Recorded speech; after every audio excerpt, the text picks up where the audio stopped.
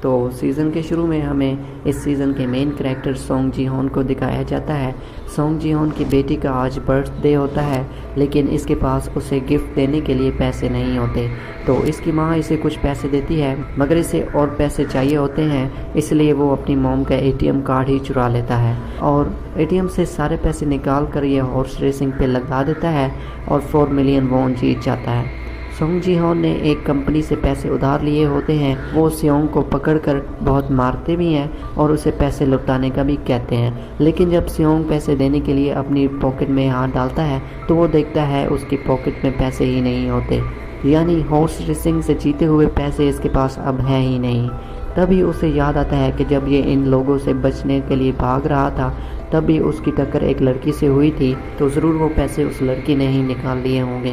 تو اب جو کہ اس کے پاس پیسے ہوتے ہی نہیں ہیں، اس لیے وہ اسے 1 مہینے کا اور وقت دیتے ہیں۔ اس کے بعد کچھ پیسوں کا ارینج کر کے اپنی بیٹی کو برتھ ڈے ڈنر پر لے جاتا ہے اور اسے گفٹ دیتا ہے۔ اس کے بعد وہ بھاگتا ہوا ٹرین پر چڑھنے لگتا ہے، لیکن اس کی ٹرین مس ہو جاتی ہے۔